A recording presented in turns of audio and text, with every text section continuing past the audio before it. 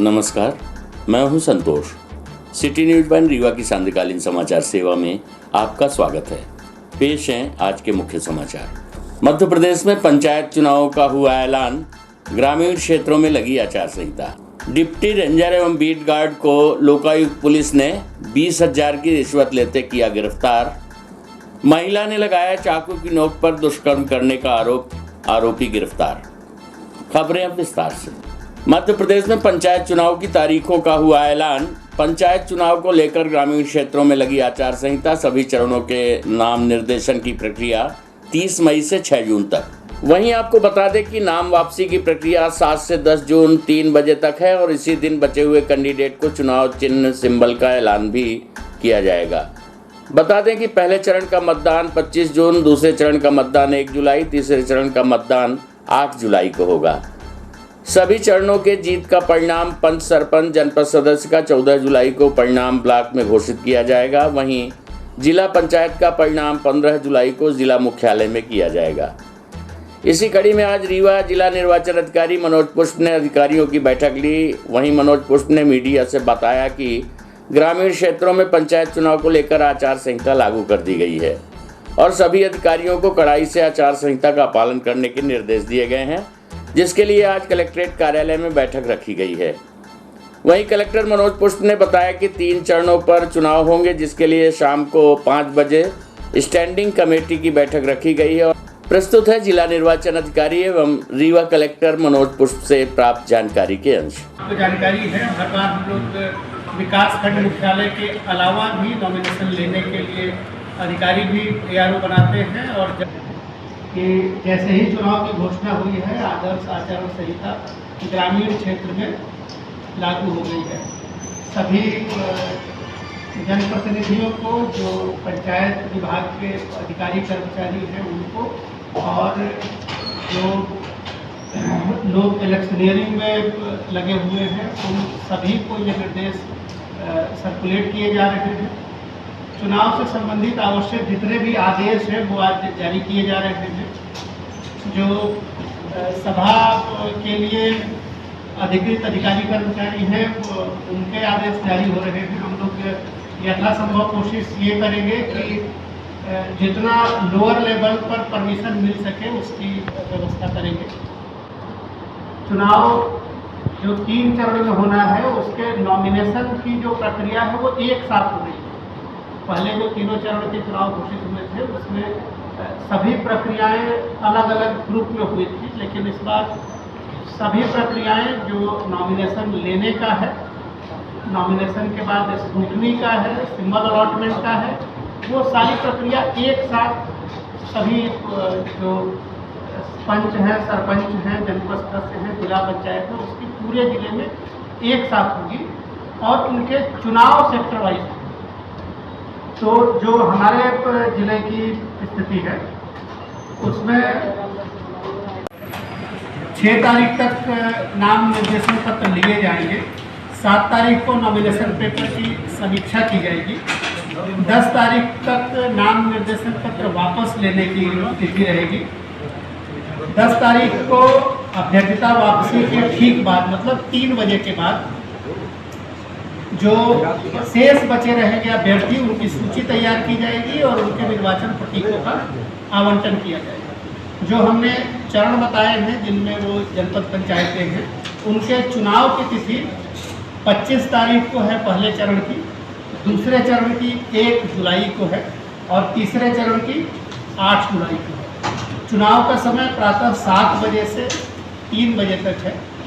चुनाव के तत्काल बाद मतगणना उन्हीं केंद्रों पे हो जाया करेगी जहां पर चुनाव हो रहा है। सभी मतदान जो है मतपत्र से होंगे ग्रामीण क्षेत्र के, और उसके बाद फिर विकासखंड मुख्यालयों पर जो मतगणना करनी है उनकी तिथियां तय की गई हैं। 28 तारीख, 4 तारीख और 11 तारीख को जो मतगणना हो जाएगी उसके सारणीकरण का काम विकासखंड मुख्यालय पर ही किया जाएगा।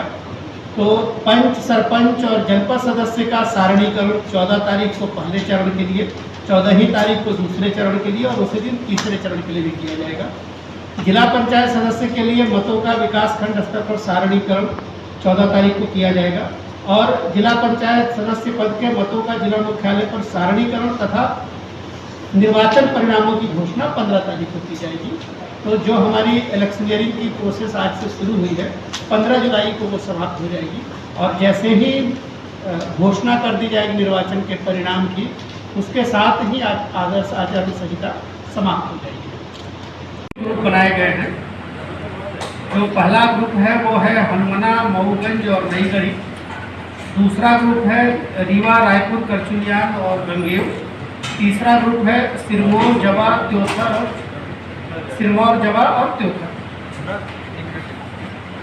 जैसा हमने आपको पहले बताया कि जो इसको निलंबित करने की बात है, इसके अलावा संपत्ति विरूपण अधिनियम को मजबूती से लागू करने की बात है, तो ये सब भी अभी आज से ऑपरेटिव हो जाएंगे और इनका भी हमको व्यवस्था बनाने में सहयोग है। लोकायुक्त पुलिस की बड़ी कार्यवाही। वन विभाग के डिप्टी रेंजर एवं बीट गार्ड को 20,000 की रिश्वत लेते किया गिरफ्तार। आवाज से 1 लाख कैश तथा गैर लाइसेंसी पिस्टल भी हुई बरामद।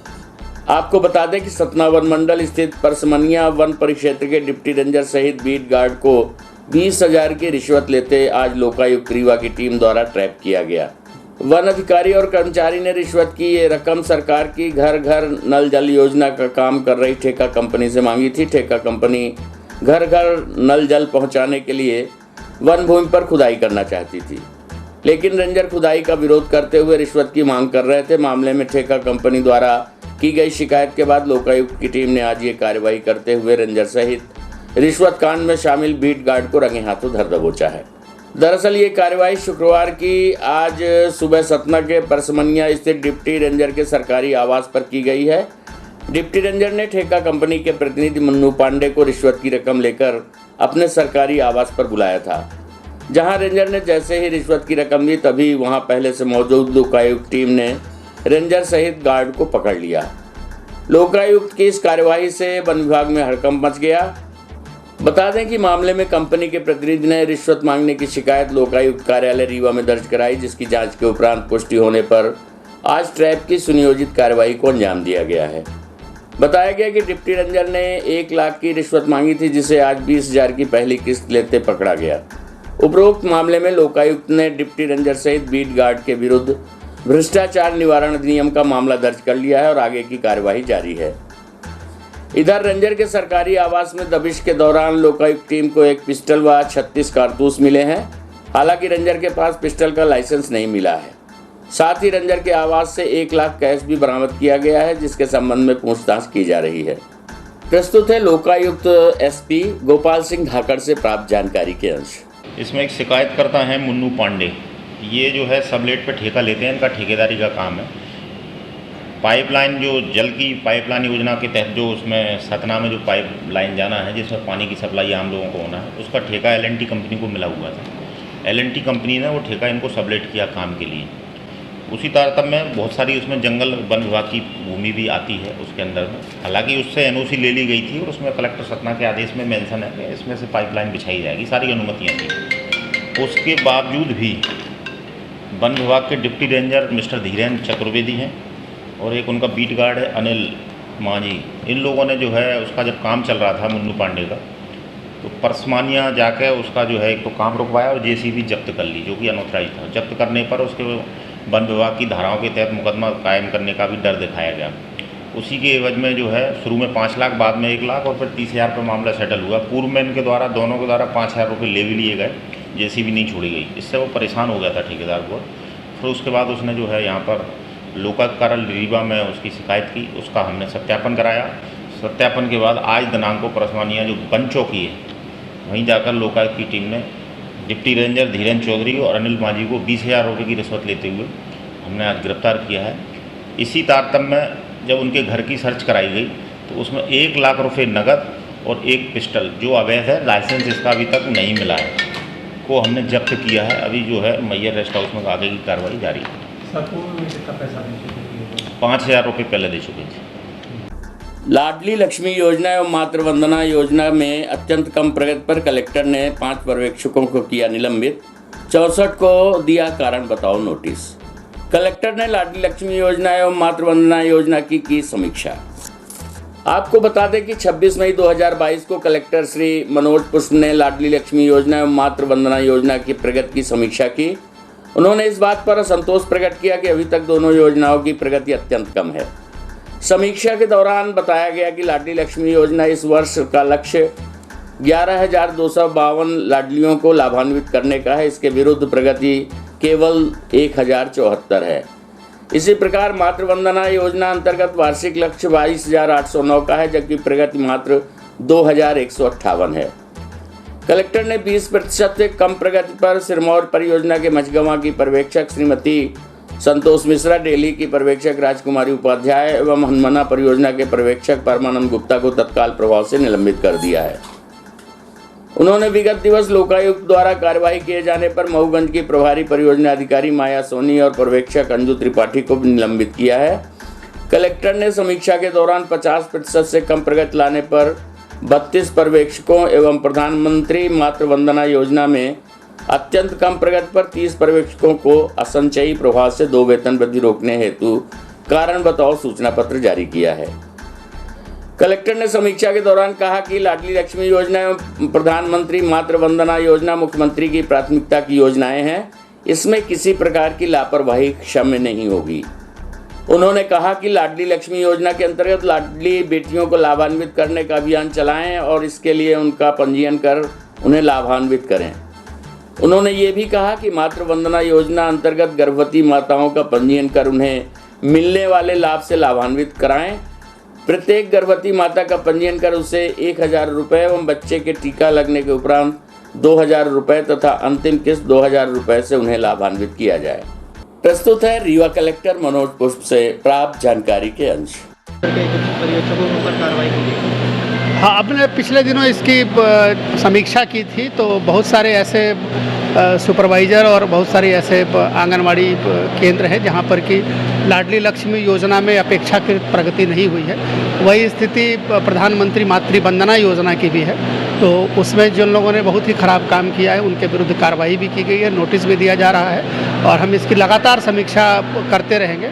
हमारी कोशिश ये है कि जो हितग्राही मूलक योजनाएं हैं उनमें लोगों को लाभ प्राप्त होता रहे और वो बिना किसी एफर्ट के प्राप्त होता रहे। तो इसकी ये प्रक्रिया है जिसमें हम लोग लगातार कार्रवाई कर रहे हैं। 5 लोगों को निलंबित भी किया गया। जिन मैंने बताया आपको कि जिनकी अच्छी प्रगति नहीं थी उनके विरुद्ध कार्रवाई की गई है। कुछ सोकज नोटिस भी जारी किए गए हैं, निलंबन की कार्रवाई भी की गई है और इसका मूल उद्देश्य है कि लोग जो है हितग्राही मूलक योजनाओं में जो उनका दायित्व है उसका अच्छे से पालन करें। प्रेमी ही निकला प्रेमिका का हत्यारा, गला घोटकर उतारा था मौत के घाट। एक सप्ताह पूर्व मऊगंज थाना स्थित खेत में मिली थी गुमशुदा युवती की लाश। आपको बता दें कि जिले के मऊगंज थाना पुलिस ने आज युवती की अंधी हत्या का खुलासा किया है। युवती का हत्यारा और कोई नहीं बल्कि उसका प्रेमी ही निकला। बीते एक सप्ताह पूर्व नई गढ़ी थाना क्षेत्र से काजल जायसवाल की लाश संदिग्ध परिस्थितियों में घर से 1 किलोमीटर दूर मऊगंज थाना क्षेत्र स्थित एक खेत से बरामद हुई थी। घटना की सूचना मिलते ही पुलिस मौके पर पहुंची थी, जिसके बाद पुलिस ने घटना स्थल से एक बैग में रखे नगद रुपए और दुपट्टे में लगा फंदा और प्रेमी के नाम लिखा एक लव लेटर भी बरामद किया था। पुलिस ने पूरे मामले की जांच शुरू की और आरोपी प्रेमी को गिरफ्तार कर लिया है। दरअसल घटना नई गढ़ी थाना क्षेत्र की है। यहाँ पर रहने वाली काजल जायसवाल नाम की युवती बीते 20 तारीख की शाम अचानक घर से लापता हो गई थी। परिजनों ने उसकी काफ़ी खोजबीन की लेकिन उसका कोई पता नहीं चला। बाद में परिजनों ने युवती के गुमशुदगी की शिकायत नई गढ़ी पुलिस में की थी, जिसके बाद पुलिस युवती की तलाश में जुट गई। दूसरे दिन देर शाम एक युवती का शव मऊगंज थाना क्षेत्र के फूल गांव स्थित एक खेत से बरामद हुआ था। सूचना मिलने के बाद घटनास्थल पर पहुंची पुलिस ने गुमशुदा युवती के परिजनों को बुलाया तो उसकी पहचान काजल जायसवाल के रूप में हुई थी। पुलिस ने मर्म कायम कर शव को पोस्टमार्टम के लिए अस्पताल भेज दिया था। यहां से मामले की जांच शुरू कर दी। देर शाम होने के कारण पुलिस ने घटनास्थल को सुरक्षित किया और दूसरे दिन मौके पर पहुंचकर घटना की तफ्तीश में जुट गई। पुलिस और एसएफएल की टीम ने घटनास्थल से एक बैग और उसमें रखे नगद रुपए व पास ही पड़े दुपट्टे से बना एक फंदा भी पुलिस ने बरामद किया था। इसके अलावा पुलिस को घटनास्थल से प्रेमी का लिखा गया एक पन्ने का लव लेटर भी मिला था, जिसमें बचपन के प्यार की दुहाई देते हुए उसके साथ जिंदगी भर साथ निभाने की बातें लिखी हुई थी। युवती के शव के पास लव लेटर के आधार पर पुलिस ने कुछ संदेहियों को गिरफ्तार किया और घटना के बारे में पूछताछ शुरू की, जिसमें युवती के प्रेमी को भी पुलिस ने गिरफ्तार कर लिया, जिससे पूछताछ पर खुलासा हुआ कि उसने ही दुपट्टे से गला घोंटकर युवती की हत्या की है। मऊगंज एसडीओपी नवीन दुबे ने बताया कि युवती अपने प्रेमी पर लगातार शादी का दबाव बना रही थी, जिससे परेशान होकर उसके प्रेमी ने वारदात को अंजाम दिया है। पुलिस की माने तो 20 मई की शाम युवती अपने प्रेमी से शादी करने के लिए घर से निकली थी, जिसके लिए वो अपने ज़रूरी दस्तावेज और पैसे भी साथ में लेकर निकली थी तथा युवती के प्रेमी ने उसकी हत्या करके युवती के पास में रखे पैसे भी छीन लिए थे। प्रस्तुत है घटना के संबंध में एसडीओपी मऊगंज नवीन दुबे से प्राप्त जानकारी के अंश। दिनांक 20 तारीख को प्रमिला साकेत थाना नई गढ़ी पे पहुंच के उन्होंने रिपोर्ट किया कि उनकी बच्ची काजल जायसवाल उम्र लगभग 19 वर्ष निवासी खटकरी अपने घर से गायब है और जिसकी सूचना पाकर पुलिस के द्वारा गुम इंसान कायम करते हुए अग्रिम विवेचना की गई। और दिनांक 21 तारीख को लगभग शाम के समय पुलिस को सूचना मिली कि एक बॉडी वहीं पास में छुरिया गांव में तालाब के किनारे मृत अवस्था में पड़ी हुई है।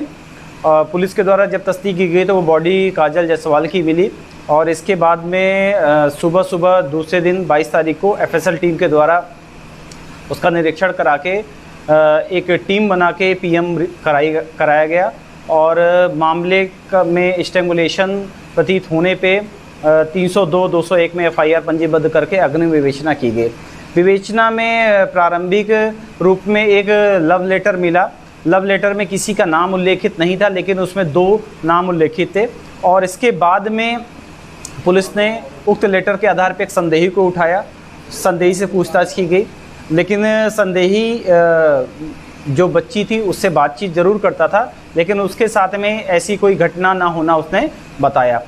इसके बाद में थाना नई गढ़ी के द्वारा साइबर टीम से भी संपर्क किया गया, उनसे कई सारी जानकारी ली गई। लगातार काम करते हुए 1-2 संदेहियों को उठाते हुए पूछताछ करते रहे और बाद में एक लड़का जो अमित सिंह है उसके बारे में जानकारी प्राप्त हुई कि वो लड़की के लगातार संपर्क में था। साइबर से भी कंफर्म हुआ कि वो लड़की से बातचीत कर रहा था और जब उसे पुलिस के द्वारा लिया गया, अभिरक्षा में लिया गया और पूछताछ किया गया तो उसके द्वारा यह स्वीकारा गया कि उसने काजल जायसवाल की हत्या की है। और जब लड़की अपने घर से गई थी उस समय उसने अपने बैग में कपड़ों के साथ में एक पॉलीथीन में अपने डॉक्यूमेंट, आधार कार्ड, बैंक पासबुक के अलावा लगभग 40,000 रुपये भी रखे थे और लड़के से पूछताछ के दौरान में उसने बताया कि लगभग 40,000 रुपये, 39,000 कुछ रुपए क्या है उसके पास थे, जिसमें से 19,000 रुपये उसने कियोस्क सेंटर में जमा, मतलब अपने सास के अकाउंट में जमा करने के लिए दिए थे। वो पैसे जब्त कर लिए हैं पुलिस के द्वारा। इसके अलावा लगभग 8,000 रुपये उसने वकील और एक छोटू को दे दिए हैं और बाकी पैसे का उसने पंखा, पॉलीथीन और कुछ कपड़े और कुछ खाने पीने का सामान खरीद लिया है। एक मुख्य रूप से आरोपी है इसमें जी। युवक पर महिला ने लगाया चाकू की नोक पर दुष्कर्म करने और धर्म परिवर्तन करने का आरोप। महिला थाने पहुंचकर पीड़िता ने दर्ज कराई शिकायत। मामले की जांच में जुटी पुलिस। आपको बता दें कि आज एक महिला ने थाने में पहुंचकर एक युवक के खिलाफ चाकू की नोक पर दैहिक शोषण करने और धर्म परिवर्तन करने के गंभीर आरोप लगाए हैं।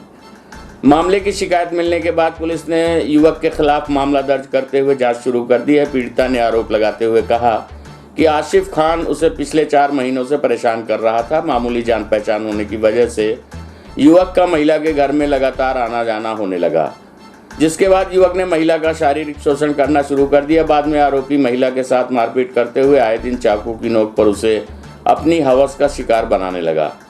साथ ही अश्लील वीडियो बनाकर सोशल मीडिया में वायरल करने की धमकी देकर धर्म परिवर्तन करने और शादी करने का दबाव बना रहा था। रीवा में महिला शारीरिक शोषण कर जबरन धर्म परिवर्तन कराने के लिए दबाव बनाने वाला एक अजीबोगरीब मामला सामने आया, जहां पर युवक के द्वारा पहले तो महिला का शारीरिक शोषण किया गया, बाद में उसकी अश्लील तस्वीरें सोशल मीडिया में वायरल करने की धमकी देते हुए उसे धर्म परिवर्तन के लिए उकसाने की कोशिश की गई, जिसके बाद पीड़ित महिला ने आरोपी युवक के खिलाफ महिला थाने में शिकायत दर्ज करवाई है। अपनी शिकायत लेकर जैसे ही महिला थाने पहुंची तो पुलिस ने तुरंत ही आरोपी युवक के खिलाफ प्रकरण पंजीबद्ध कर लिया और महिला को मेडिकल परीक्षण के लिए अस्पताल भेज दिया है। महिला थाने पहुंची पीड़िता ने मीडिया से बात करते हुए कहा कि बाणसागर कॉलोनी निवासी आसिफ खान का उसके घर पर पिछले 4 महीने से आना जाना था। महिला ने युवक पर आरोप लगाते हुए कहा कि उसके जेठ के बेटे के साथ आसिफ की दोस्ती थी, उसी के साथ वो कभी कभी घर पर आया करता था। आरोपी युवक कभी कभार महिला के बच्चों को स्कूल से घर छोड़ने भी जाया करता था, इसी के चलते उसका घर आना जाना लगातार बना रहा। इसी बीच युवक ने महिला से मित्रता बढ़ाई और डरा धमकाकर मारपीट करते हुए चाकू की नोक पर उसे अपनी हवस का शिकार बना डाला। प्रस्तुत है पीड़िता एवं एडिशनल एसपी शिव कुमार वर्मा से प्राप्त जानकारी के अंश। के साथ है एक आसिफ खान नाम का लड़का है, वो हमें परेशान करता है, इसीलिए हम यहाँ आए हैं। किस तरह से परेशान करता है और कब से परेशान करता है? आज वो 4 महीने से हमको परेशान कर रहा है। क्या बोलते हैं, क्या पूरा मामला बताइए। बोलता है कि तुम हमारे साथ शादी कर लो और तुमको हम अच्छे से रखेंगे, तुम अपना बच्चा अपना पति छोड़ दो, सबको ऐसा कर दो, और हमारे बच्चों को मारने की धमकी देता है, हमको भी मारने की धमकी देता है, मारने की धमकी देता है हमको। अश्लील फोटो उसके पास कैसे पहुंची? वो हमको मार मार के धमकी दे के ये सब फोटो बनाता था और हम डर मारता था। दुष्कर्म भी किया आपके साथ? हाँ, दुष्कर्म भी हमारे साथ करता था, हमको डरवाता था, मारता था, तो हमको हमारे साथ स्वाभाविक है कि दुष्कर्म करेगा ही। किस तरह की धमकी दी जा रही थी उसके द्वारा?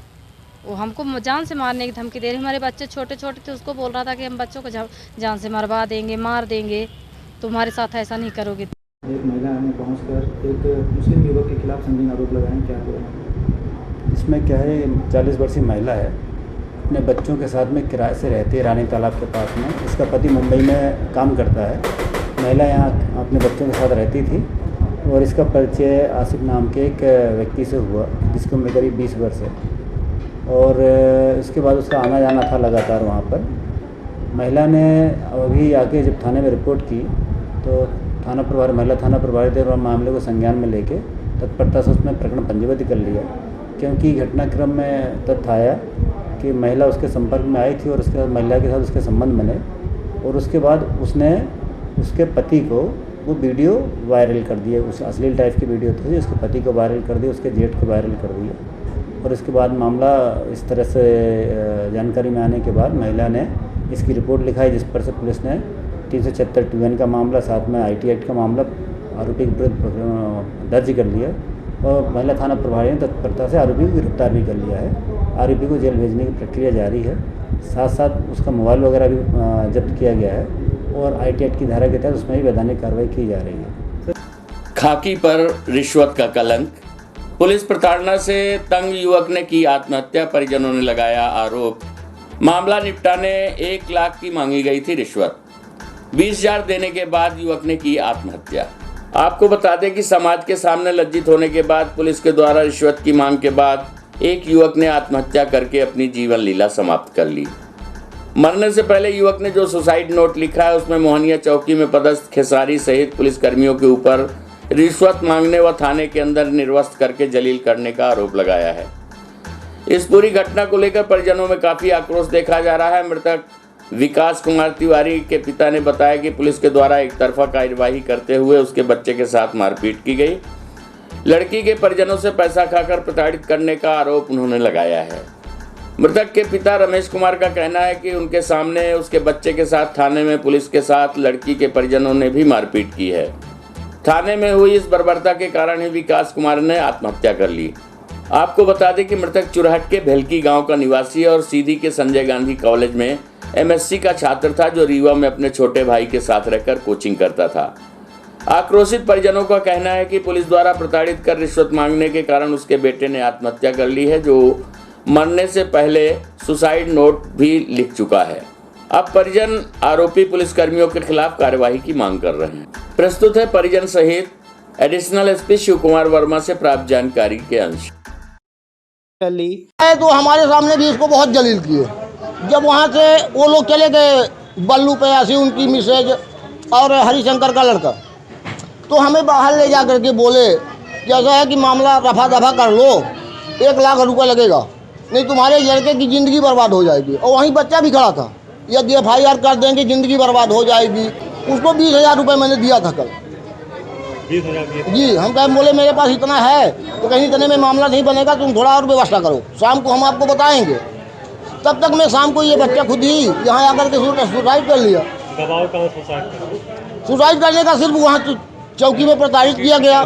लड़की के घर से जो है इसको बहुत गाली गलौज मिलती थी, फ़ोन कर करके इसके ऊपर दबाव बनाए थे। जबकि मेरा बच्चा कहा कि मेरा 2020 से आज तक का कार डिटेल निकलवा लीजिए, जो अपराध मैंने यदि किया होगा तो आप मुझे बीच बाजार में जो है तो मुझे शूट कर दीजिए। सर, चुराना संभाल रेलवे ट्रैक पे एक सुसाइड का मामला सामने आया, क्या है सर पूरा मामला? हाँ, ये मामला है, ये रहने वाला जो है लड़का लड़की, ये मोहनिया चौकी क्षेत्र है, वहाँ का मामला है, सीधी जिले का। और चुरहट लगता है उसमें थाना, इसके कारण से चुरहट का कुछ कन्फ्यूजन भी हुआ है मीडिया में कि चुरहटा की बात आई है। वहाँ का एक प्रेम प्रसंग का मामला था, लड़का लड़की एक दूसरे से प्रेम करते थे, लेकिन सामाजिक कुछ के चलते लड़की की शादी कहीं और तय हो गई। तो लड़की वहाँ शादी करना चाहती थी दूसरी जगह, लड़के को ये बात पसंद आई नहीं थी, तो लड़के ने कुछ फेसबुक वगैरह पे कुछ उल्टी सीधी चीज़ें पोस्ट की। उसकी शिकायत लड़की ने मोहनिया चौकी में की थी। उसके बाद मोहनिया चौकी प्रभारी के द्वारा दोनों परिवारजनों को, लड़की के साथ भी लड़के के साथ भी बुलवाया गया था और समझाइश दी गई थी। लड़की ने लिख के दिया है कि वो कोई कार्रवाई नहीं चाहती और केवल चाहती है कि लड़के को समझा दिया जाए कि मेरी शादी हो रही है और मुझे परेशान ना करे। इस बात पर से समझाइश देके उन दोनों पक्षों को पुलिस ने जाने दिया था। बाद में मैं लड़का जो था अपने भाई के साथ ढिका पे था, वो किराए से रहता था, भाई को बोला कि तुम जाओ घर, मैं आता हूँ थोड़ी देर से। और उसके बाद वो जब जानकारी लगी है तो उसने ट्रैक पे आके सुसाइड कर लिया है। पुलिस चुराटा थाने की इस संबंध में मार्ग पंजीबद्ध कर लिया है, वैधानिक कार्रवाई की जा रही है और जानकारी लेके तथ्य पता लगे हैं। परिजनों ने आके अभी चौकी प्रभारी को, जो जांचकर्ता अधिकारी, उसको कुछ कॉपी में लिखा हुआ एक सुसाइड नोट वगैरह भी फोटो कॉपी उसकी दी है। अभी पुलिस इस संबंध में भी जांच कर रही है।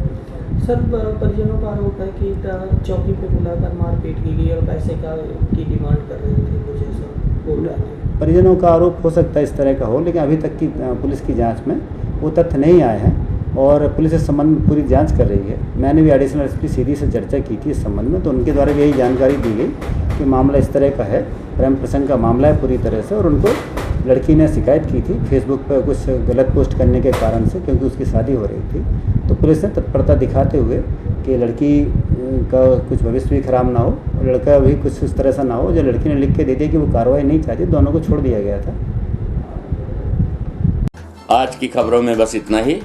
कल हम फिर हाजिर होंगे कुछ नई खबरों के साथ। तब तक के लिए हमें अनुमति दीजिए। नमस्कार।